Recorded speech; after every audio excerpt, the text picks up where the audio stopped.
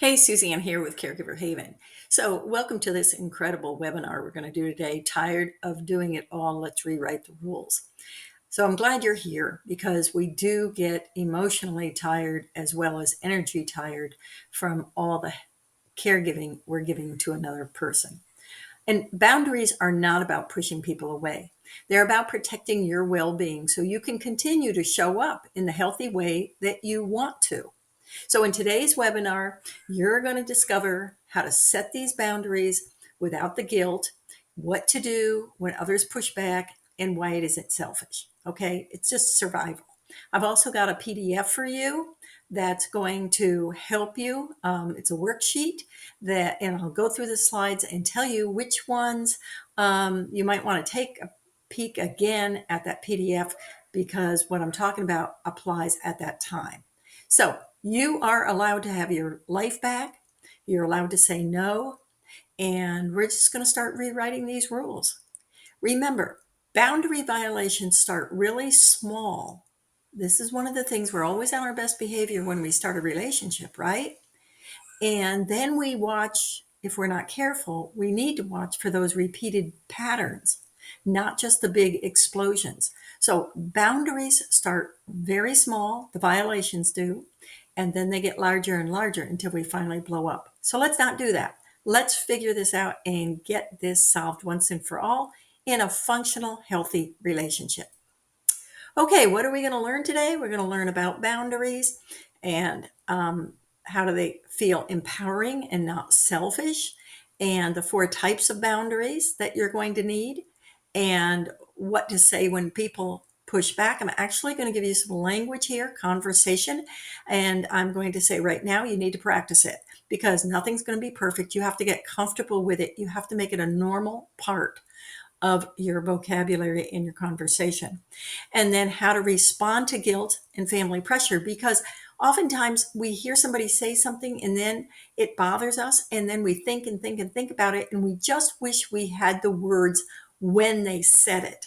Okay, so this is practicing again how to pick up on, ooh, they said that didn't make me feel good, here's what I'm going to say automatically. Some people are masters at this, but they've practiced it, right? So the tools to protect your energy and rebuild the healthy family dynamics. We're going to talk about that too. So let's move on. Okay, the boundary burnout trap. Why caregivers struggle, why you're on empty, and what are you looking at right now? One of the biggest things you can do is, of course, write down one task that you're dreading to do. That's your first boundary flag. What does that look like? The other thing is that we struggle because these things sneak up on us, and it's often not a direct result of an unclear, it's often rather a direct result of an unclear or non-existent boundary. And when you're constantly available and you're saying yes out of obligation or picking up the slack because nobody else with, your emotional fuel is going to run dry. Many of us think setting limits will hurt the loved one or cause a family rift. What actually causes more damage is chronic resentment and exhaustion, to tell you the truth. So people just don't know. People don't know you're burning out. Boundaries aren't barriers, they're lifelines, and they help you protect your time and your health and your peace of mind. So let's unpack how burnout happens and how we can stop it before it's going to take over your life. Okay, what do boundaries really mean? What don't they mean? Let's clear this up once and for all. Boundaries are not ultimatums, punishments, or walls. They are clear expressions of your needs, limits, or expectations. If any of you have ever taught school, one of the first things you do as a teacher is you set boundaries in your classroom. If you do not, your students do not know your expectations. If you raise kids and you have never set boundaries, the kids do not know your expectations. So you're constantly bouncing back on them, trying to tell them no, tell them yes. You set boundaries, you set rules, you have expectations. So a boundary might sound like I'm not available after CPM or after CPM, after 7 p.m. Or I won't discuss that over the phone. That's a clear boundary. I've had people say that to me, right now is not a good time to discuss this. let's get back together for a longer conversation. And I understand exactly where they're going with that.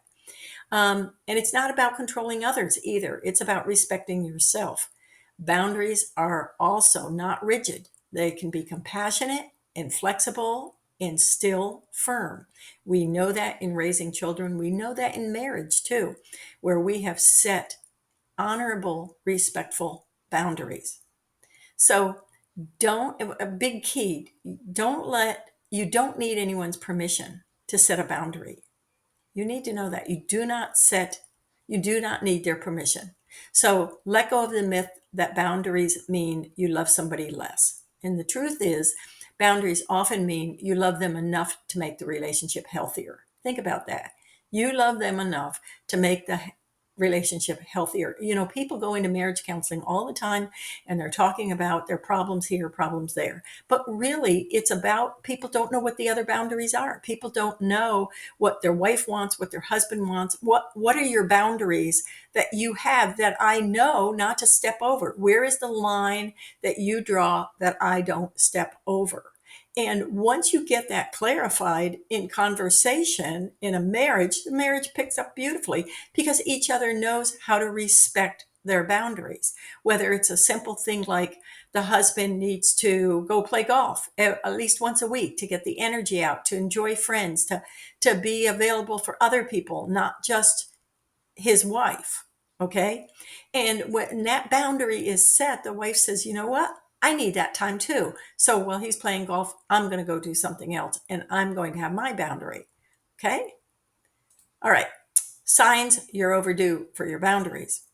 The other thing is, how do you know when it's time to set the boundary? Well, if you feel dread before a phone call, frustration during visits, or resentment after doing a favor, that's your body talking. That is saying, hey, you're overdue for a boundary.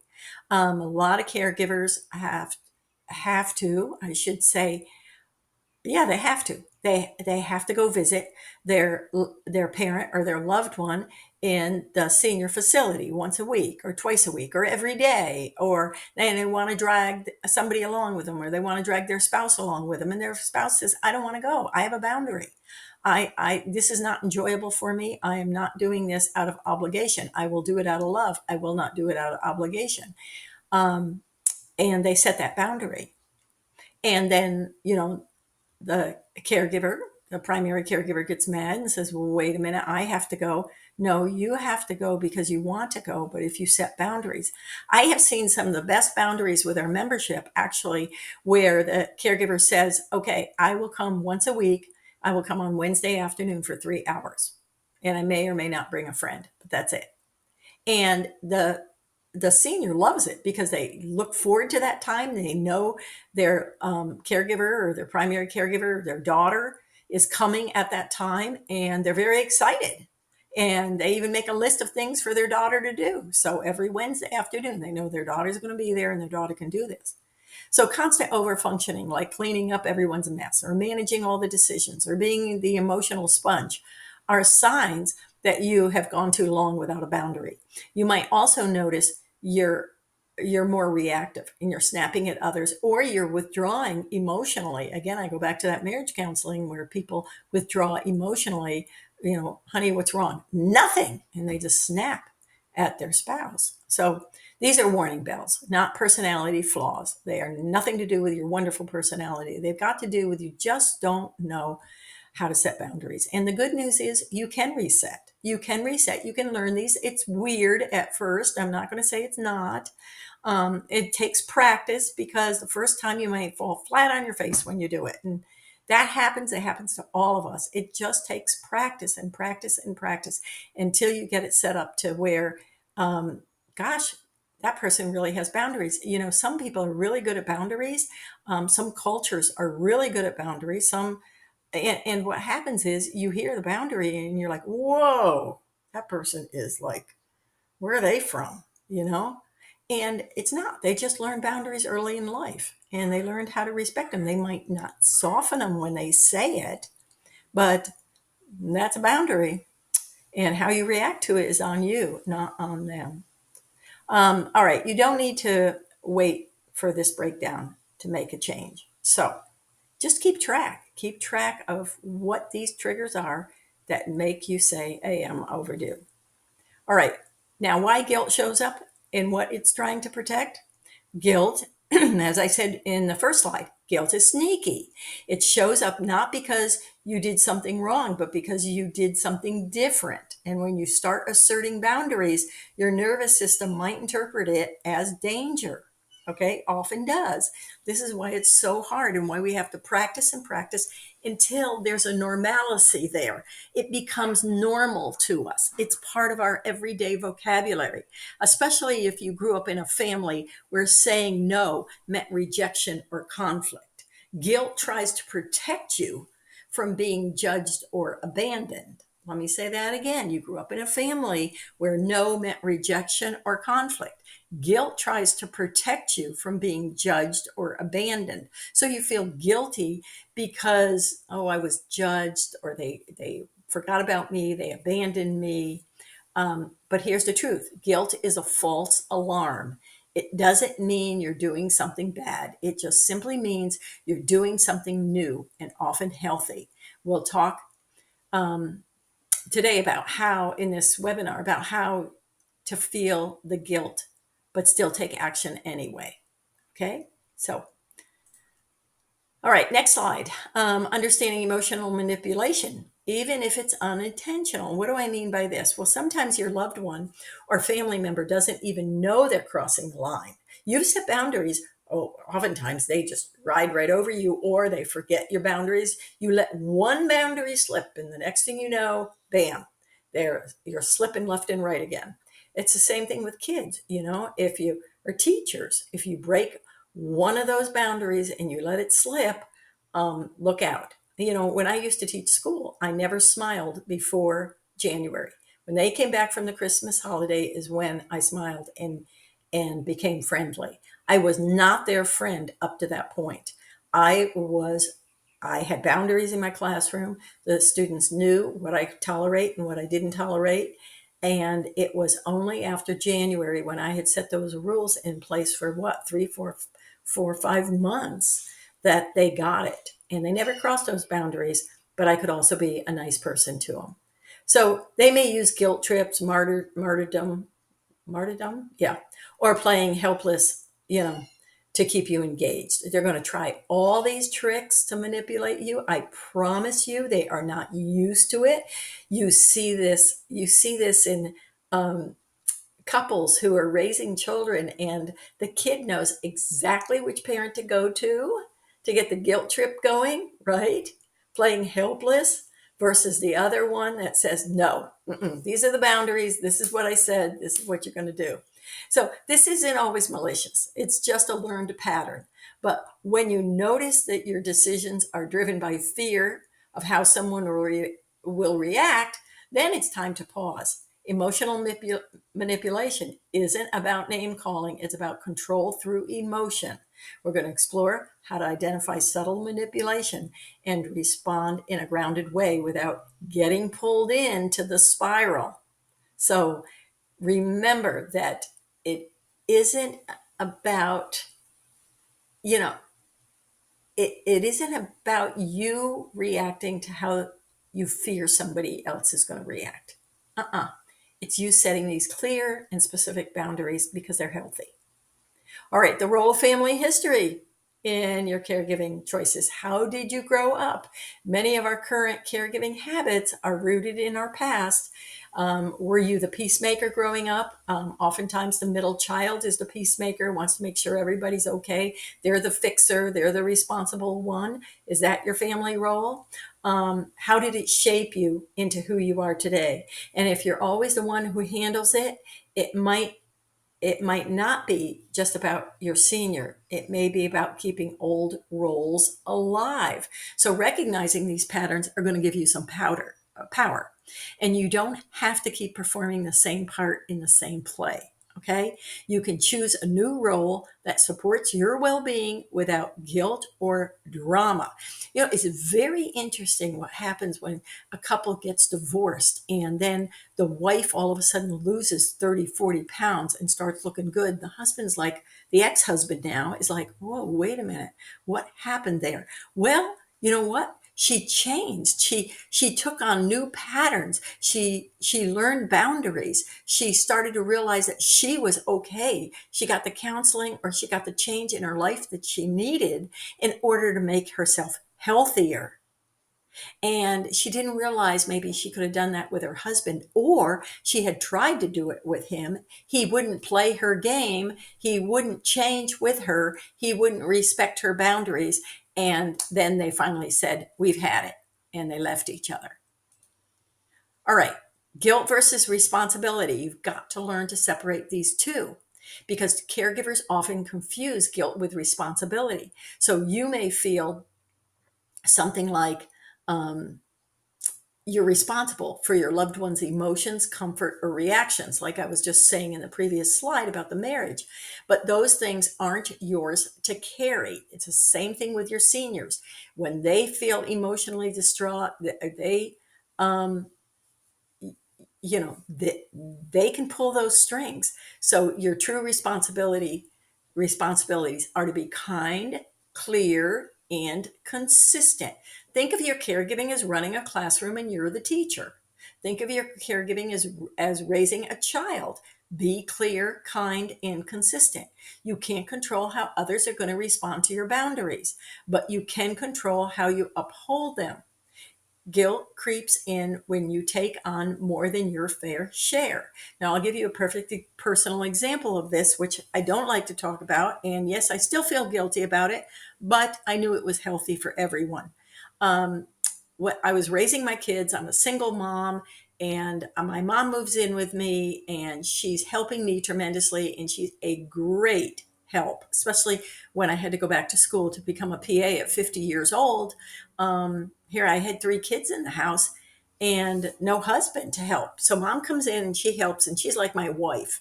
But my rule was, if you become nasty to my kids, you have to leave.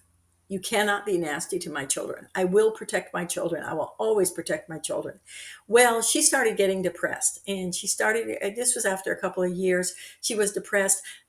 It was because she was hurting. Her arthritis was kicking in. Her joints were hurting.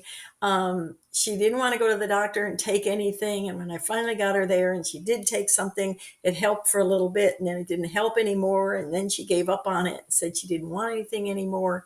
But my rule was she could not be nasty to my children. Well, then she started getting mean to my children, and that was not okay. I wanted them to see the loving grandma she used to be. So I said, you're out of here. So I moved her into independent living, senior community, where she could have all these friends. The first one was terrible. I had to move her out of that one. Long story, which I think I've told some of you about. That was a nightmare. I ended up putting her in the hospital actually for failure to thrive because she stopped eating.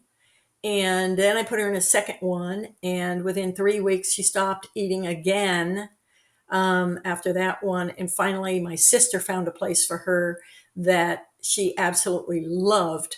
The people there. The people were her type of people. She responded to them. She had conversations. The next thing I know, she's on every organization. She's running the whole senior community. She was in her element. She was very happy. Now my kids could visit her and remember the good times with her. So that was hard for me to do that. I felt terrible about it. I blew the first types of community living. It was not what she wanted. I felt guilty about it. But fortunately, it was the third was the charm. So I was not afraid to keep moving her to the facilities until I found one.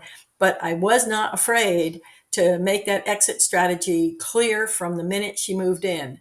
That exit strategy was, if you're mean to my children, you have to leave.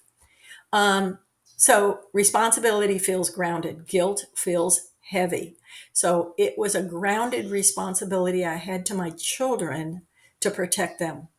Did the guilt still be there? Yes, it did. So I don't know, see the PDF to help you here, but we just have to start letting go of what doesn't belong to us. It's hard, but you'll know it because you'll feel it. You are in touch with those feelings. So the first step to boundary clarity is naming what you need. You can set a clear boundary if you can't set a clear boundary, rather, if you don't know what you need. So, what do you want? Often caregivers do feel overwhelmed. I know you do, but you haven't taken time to name the needs. So, ask yourself, what is draining me? What helps me recharge? What is one thing I wish someone would do for me or just do? So, naming your needs is not selfish. It's got to be a strategy here. And when your needs are invisible, resentment builds. Nobody knows. Nobody knows what your needs are. You know, how many times have we said to somebody, why didn't you just tell me? You know, they didn't tell you what their boundaries were. They didn't tell you what their clarity was. And yet they were harboring it. So when your needs are clear, boundaries become easier to define and express. And I've had people say, Suzanne, I cannot do that. That's not part of my DNA. No, not doing it. And I totally respect that. And there are many of us caregivers out there who say, we can't caregive. We cannot take care of our senior. We didn't have a good relationship with our mother. We didn't have a good relationship with our father, even to begin with. Why would I take care of this human being? No, they're finding other avenues to be taken care of. I cannot do that. I will go visit them. I will still love them. I will enjoy them for short periods of time, but I will not care for them. That's their boundary. It's not in their DNA. And I totally respect that more than you can imagine. It's who they are, and I'm proud of them. Okay, boundary type number one, the time and energy. So most of us, how do I want to say this? Okay, most of our overlooked boundary is engaged with some kind of time. It's part of time. So caregivers like us often operate in the default yes mode. You know, oh yes, we'll do this. Oh yes, we're agreeing to do things without checking our own energy budget. Do we have enough energy to do it? Now, sure, we can push things aside. What are you pushing aside now? So time boundaries where you say, I'm sorry that, that's just not going to work for me. You say, I'm available on Tuesdays, but not Fridays. Or I can help for 30 minutes and then I need to leave. One of the things that we talk about is, if we dread calling a parent, how do we do that? Well, one of the ways we call a parent or somebody we really don't want to talk to is we set a time limit on it. What's a short time that you can call them? I used to call my mom. I love talking to my mom, and she loved my phone calls. But when I got out of work, the urgent care, because she loved medicine too, I would, on my way home from work, I would tell her about all my patients and the things I saw, and she'd get so excited for me. And then I'd say, Mom, I'm home. So I got to take care of the kids. And she'd go, okay, bye, and hang up. That was it. She knew my boundary. My boundary was got to leave. And I'd call her every day. That was my time to call her and spend time with her, after I finished work. And we talk. And she knew. She knew. Just like my dog also knew when I was getting home from work, because my dog would get up at the same time every day and sit by the door waiting for me. My mother used to tell me. Just knew that Suzanne was coming home. So we set those boundaries. The other thing is you're not being selfish for needing a break. So how about me time? How about putting that in first? We do it with money. We always say put savings in first and then your taxes and then what's left is yours, right? So you always pay yourself first, or tithing, you do that too. The solution isn't doing more. It's just choosing wisely where you want to spend your time. Okay. Next is the emotional labor. This is the invisible effort of managing everyone else's feelings. You're like juggling all these balls. They're going to start to drop. And it often depends on how they're feeling or what crisis they're going through. So you're trying to juggle emotional feelings that everybody else has. Well, then one person in your family has an emergency or going through a divorce or a sick child or something like that. Now they've switched gears on you on their emotions. And you're like, wait a minute, I was juggling all these balls perfectly. And now you've just changed your emotions. And I'm dropping my emotional juggling balls, for lack of a better word. Okay. So things like, uh, are you okay? Text, calming upset relatives, smoothing over every tense conversation. You're trying to reach out to other people. Two people in your family are fighting, and you're like, "Are you okay? I'm sorry that person said something to you." No, whoa, wait a minute. You're trying to handle everybody else's feelings. Let them deal with their emotional turmoil. That's not in your bucket. That's not in your wheelhouse. The work, this kind of work is going to be exhausting. And often it's unacknowledged, or you get yourself in trouble because now everybody gets mad at you and they make up. So you're not required to emotionally babysit adults. A boundary might sound like, I'm not available to mediate that conversation, or I'm not getting involved with that conversation. You need to talk to them directly. That's a very common boundary right there. You need to talk to them. Emotional labor is real labor, and you have the right to offload it. So please think about that. Do not juggle these emotional balls anymore. All right, boundary type number 3, decision-making authority. Boundaries aren't just about time. They're also about who decides what. Where are we going? What are we doing? Which way do we want to go? If you're constantly making all the decisions, these are medical, financial, and emotional, you're going to be carrying too much power and pressure. The decision making boundary might sound like, oh, that's something dad needs to be a part of. Or let's involve a professional for this. There are plenty of professionals or doulas out there that can help you. They've been through it 1,000 times. They are not emotional about it. They are simply taking the load off. For example, there's such a thing as a death doula, DEATH, death doula, and they help the family go through all the turmoil that's been left. Because oftentimes what I saw is the parent is dying and they're telling one child, but they're not telling the other kids. And all of a sudden the whole family finds out that the person they love is dying and nobody told them. And now everybody's fighting with each other because of that. The other turmoil I see is where the parent will talk badly about one child and then go to the other child and talk bad about the other child to that. I don't know. They just create a bunch of messes. And this is something, these decisions, or they tell the one child medically, I really like that doctor. And they tell the other child, I hate that doctor. And they tell one child finances. Oh yeah, that's a big one, is I've got it all planned out. I've seen that 1,000 times. I got it all planned out. And the next thing you know, the will says it's all going to one sister. Well, what happened just there, right? So these things, and there are financial doulas too, or elder law attorneys will take care of that. So everybody's on the same page. And you know who else does this? Are caregiving advocates. These are healthcare advocates, patient advocates, aging care advocates, senior advocates. These are folks that help you get through all of this family dynamics. So you don't have to solve everything alone. Shared decisions protect your mental load, and they often lead to better and more thoughtful outcomes. So think about those. All right. Even if others are used to you being the decider, you can shift that role with clarity and kindness. So try that.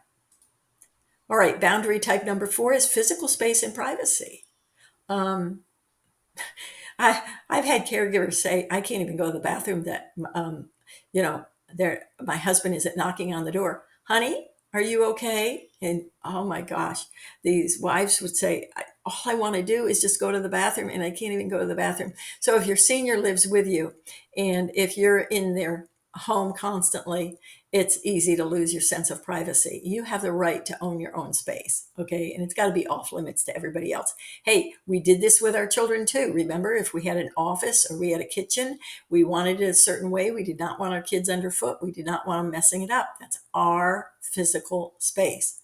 So you can say, please knock before coming in, or I need 30 minutes alone in the morning. A lot of parents have trained their kids that when they get home, they need 30 minutes first to rest.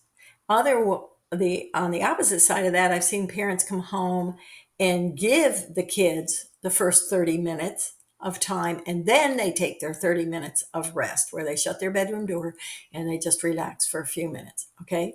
Husbands and wives do this a lot where they set aside, for Saturday morning to, because they both work. So they set aside Saturday morning is parents' time. Nobody is to disturb us unless it's an emergency. But that is the time for us to just talk things out together. We don't want anybody else, no kids bothering us. So you set health, those are healthy boundaries. So these requests, again, they're not rude. They're just self-preserving. So when physical boundaries are respected, emotional boundaries become easier to uphold too. And your PDF will help you with this. So check that out. The problem is caregivers often freeze when they need to speak up. So the handout is going to give you some practicing guidelines here on phrases to say immediately. And you just got to pop them in your head and then you'll have them, but you got to keep practicing them until they become automatic. When a feeling says, ooh, that wasn't good, one of these phrases will pop up and you can say it. All right, scripting, your first boundary conversation. Knowing what to say is half the battle. So when you're nervous and having a simple script, it's going to be a lifesaver for you. So start with I statements. I feel, I want, I've realized, I need some time to recharge. So I'll be stepping back from our visits on Sundays. I'll see you once a week so that I have time. It's been hard for me to keep up with everything. See, you're not saying you have demands on me. You're not saying you. You're saying it's been hard for me to keep up with everything. So I'm setting some limits around what I can take on. All right. You're not asking permission. You're stating your needs. So practice that I before you have the real conversation. It's going to build confidence and it's going to keep you from freezing up. I've seen a lot of our members do this. They practice, and they tell me the funniest stories. They really are hilarious on they finish a whole conversation and the senior comes right back with, by the way, I need my laundry picked up or something. Like, what did I just do? So keep practicing. All right. Next, we need pushback number 1. But you're so good at this. This sounds like a compliment, but it's actually a trap when someone says you're so good at this. So what they may really mean is don't stop doing it. So praise can be a form of pressure. Your skills don't obligate you to do everything. Respond kindly, firmly. Thank you. I do care a lot, but I also need time to keep going. Right? So you're going to do that. Next one is you don't care about them like I do. Oh, this is when, your sibling is trying to get you to do something you can't do it, let's say, for your senior. So few things sting like being told your boundaries mean you don't care. Don't get in that trap. Just don't do it. But boundaries aren't about love. They're about limits. They're about limits, not love. They have nothing to do with love. They have limits and respect for yourself. When someone accuses you of not caring, don't go down that road. There's nothing there for you. Just say, actually, I care a lot.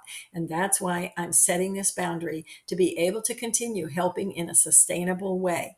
Caring is not the same as over functioning. It's just not. And setting these limits doesn't make you cold. It makes you wise. All right. Here's pushback number 3.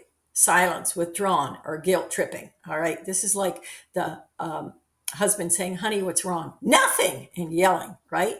Sometimes the pushback isn't loud. It's quiet, like nothing. I'm fine, but they're really not. So you can set a boundary, but suddenly they're cold, distant, or passive aggressive. This form of withdrawal can trigger deep anxiety in you and conflict. But silence is a response, and it doesn't mean your boundary was wrong. It just means what you're doing is working. Okay? You can acknowledge their reaction without backing down. I see that this is uncomfortable for you, and I am still standing by my decision. Boundaries are not about keeping the peace in the short term. They're about building healthier patterns. This person will eventually come out of this. See the PDF, it will help you. All right, next is pushback number 4. The family is blaming or shaming you. And when boundaries shift, old family patterns get rattled. There's no doubt about it. And you might hear, oh, you're being selfish, or you've changed. It's so interesting, this word selfish, because when somebody accuses you of being selfish, what they're basically saying is, don't please you, please me. Now who's being selfish? You know? So they're actually pointing a finger at themselves. They're the ones selfish. Don't please you, please me. So, or you've changed. Yes, you have changed, and that's a good thing. I remember my mom actually saying that to me, well, you've changed. No, I hadn't changed. I'd set that boundary. You can't be mean to my kids. And it's a good thing that you have changed. So blame and shame are often tools to pull you back into your old role. So hold your ground and say something like, I'm not willing to be spoken to like that. This is important for my mental health. And if needed, step back temporarily. You are not required to stay in an unhealthy conversation. Say, you know what? This isn't a good fit for me right now. I need some time. All right. How to hold your boundaries with love and not anger. So setting these boundaries doesn't mean turning a brick wall. You know, you're not going to absolutely be crazy about, oh, I said that and we're never changing. The key is to center your tone in love, not anger. So instead of snapping, practice some calm repetition like, I understand that's hard to hear, but this is what I need. You know, sometimes an expression I heard years ago was very interesting to me. It's not, and this is what the person said to me. He said, it's not what you said, it's what I heard. And I said, really? What did you hear? And he told me something totally different from what I was saying or I thought I was saying. So it's not what you said, it's what I heard. So I understand so here's, that calm thing is, I understand that's hard to hear, but this is what I need. And love doesn't mean saying yes to everything. Real love honors truth and respects boundaries, and you're allowed to protect your peace without becoming cold or distant. So practice using your calm but firm voice. It's one of the most powerful tools you have, is that voice. Check out the PDF because it's going to help you again with some of these things. And then self-care after setting your boundary. Now make sure you do this. You got to take care of yourself. You've set these boundaries. You put all this work into place. You've practiced everything in front of the mirror. You've learned all these sayings. You've recognized how people treat you. You recognize who uses which tactic on you. And now it's time for you to care for yourself physically and emotionally. So do something grounding. Either go for a walk, talk to a supportive friend, journal your thoughts. You start getting out with other friends, protecting your time, your space, your emotions, all of those things. You gotta figure out how you're going to do this, because this is going to ground you. So you don't, next thing tomorrow, you're back in the same sink again you're in now. Not going to happen. The reward is internal clarity and long-term health. Boundaries are a form of self-respect, but you're still going to need to soothe the part of you that feels exposed. So make a post boundary ritual as part of your practice. See the PDF for this. Make a post boundary ritual. Absolutely.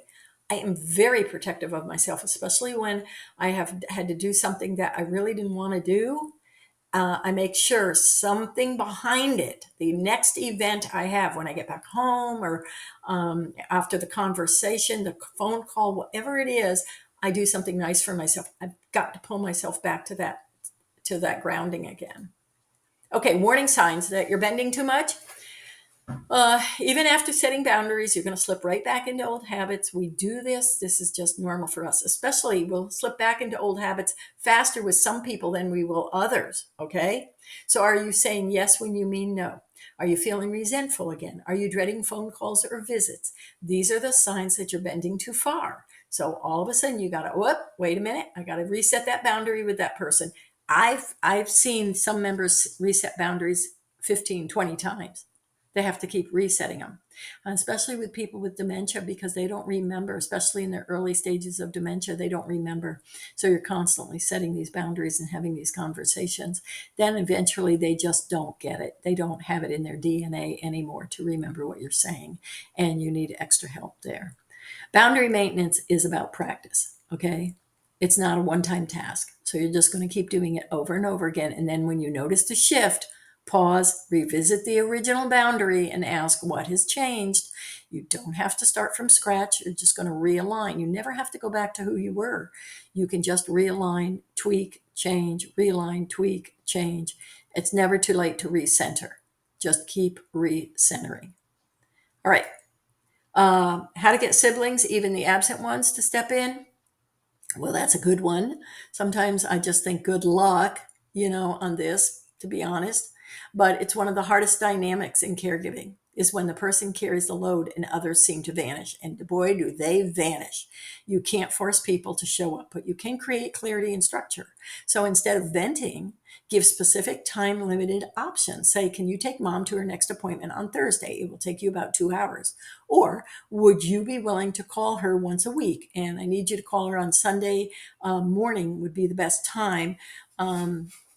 Sometime after 9, but before 11 for about 5 minutes. And if they refuse, document it and move on. Find somebody else to do it. They're not doing it. Don't expect them to. Again, I have people in my own family. They did nothing to help my mom. Nothing. And I stopped expecting because expectation leads to frustration. So I just realized, I'll use the term again. It just wasn't in their DNA. Was not in their DNA to help. They couldn't do it. They wouldn't do it. Or they'd say they'd do it and they just wouldn't. That was the worst, when they promised they'd do something and then they disappoint. So I just stopped asking. I knew better. They are not in their DNA to do it. So you just have to move on. You have to let it go. They know their boundaries, or they just know their failures. I don't know. Boundaries are going to help you stop begging. And you're going to start delegating to those people who can do it, who have the ability to do it, because you're not the whole team. And then what healthy boundaries? Family dynamics. What do they actually look like? Because a lot of us were raised in dysfunctional families. So what do they look like? Well, these roles are shared. Emotions are respected. Boundaries are honored. There you go. Those are the 3. Roles are shared, emotions are respected, and boundaries are honored. No one person is expected to do everything. This is in marriage. This is in raising kids. This is in work. And this is in caregiving. Disagreements are going to happen, but so does repair, especially when we have our boundaries in place and everybody knows what needs to be done. I see this in a lot of families where everybody pitches in. Everybody knows what they can do and what they can't do. And every once in a while, I hear a member say, my sister won't do, or my son is not helping me with my husband. And I have to smile because they're going back down in that trap again and they have to get back out of it. And I say, why are you giving that person some power? They don't have power over you. They're not going to help. They can't help. It's not in their DNA. They're not going to do it. Let's move on, get somebody else, and we'll line up 3 other people who are willing to help in that category.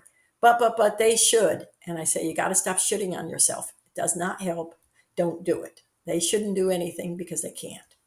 So when boundaries are respected, there's less resentment and more connection. So I hope all of this helps. You don't need a perfect family. You're not getting there. What you just need are patterns that allow everybody to thrive. Then this might mean hard conversations, setting limits, and calling in outside help. But healthy doesn't mean happy all the time. It just means honesty. It means flexibility. And of course, keeping your senior safe. So to recap, how to set boundaries that feel empowering, not selfish. Remember, selfish, that word. Don't please you, please me. 4 types of boundaries we talked about. We talked about the pushbacks. We talked about how to respond to guilt and family pressure. The tools you need. I want you to practice these things. They're not in your vocabulary right now or in your conversations, but they can be. And trust me, once you set up these boundaries, it's going to be amazing how well it works. So take care and we'll talk soon. If you need anything, just email me.